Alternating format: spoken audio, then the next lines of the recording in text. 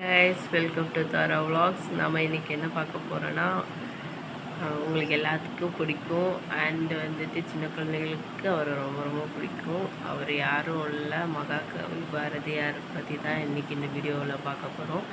And exactly எனக்கு ரொம்ப ரொம்ப ரொம்ப ஹாப்பியாக இருந்துச்சு. நான் வந்துட்டு எதிர்பார்க்கவே இல்லை. நான் ஒரு ரீசனுக்காக நான் வந்துட்டு அந்த வழியாக போயிருந்தேன். பிகாஸ் நான் தூத்துக்குடி போகணுன்னு போயிருந்தேன். அப்போ தான் நான் பார்த்தேன், என் வீட்டுக்கார் சொன்னார், இங்கே பாரதியார் வீடு இருக்குது அப்படின்னோடனே ரொம்ப ஹாப்பி.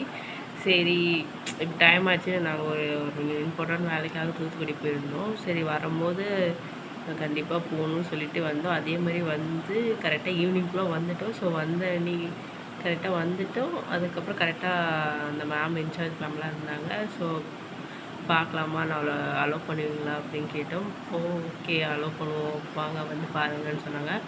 அண்ட் சூப்பராக இருக்குது. நீங்கள் கண்டிப்பாக அந்த வீடியோஸ் பார்க்கணும். அண்ட் வந்து வீடியோ எடுக்க முடியல, நான் கொஞ்சம் பிக்சர்ஸ் மட்டும் தான் கலெக்ட் பண்ணி வச்சுருந்தேன். ஸோ அந்த பிக்சர்ஸை நீங்கள் பாருங்கள். ரொம்ப ரொம்ப ரொம்ப அழகாக இருந்துச்சு.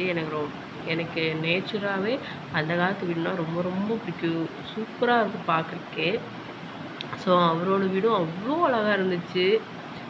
அந்த மாதிரி வீட்டில் நான் இருந்ததில்லை. பட் இருந்தால் அந்த மாதிரி தான் வீட்டில் இருக்கணும், வாழணும்னு அவ்வளோ ஆசையாக இருந்துச்சு. அவ்வளோ அழகாக இருந்துச்சு பார்க்குறக்கே வீடெல்லாம்.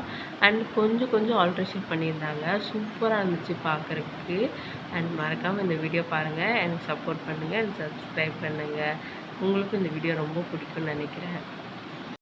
எட்டியாபுரம் ஸ்டார்ட் ஆயிடுச்சுங்க. ஸோ இதுதான் மகாகவி பாரதியார் வீடு. ஸோ இதில் நாங்கள் உள்ளே போனோன்னே ஒரு நோட்டீஸ் போர்டு இருக்கும். ஸோ இதுதான் அந்த நோட்டீஸ் போர்டு. அண்ட் வந்து அந்த காலத்தில் திண்ணை சொல்லுவாங்கள்ல, ஸோ அந்த திண்ணை, அந்த தூணில் வந்து என் பையன் ஒரு ஃபோட்டோ எடுக்குன்னு சொன்னால், ஸோ அந்த ஒரு ஃபோட்டோ.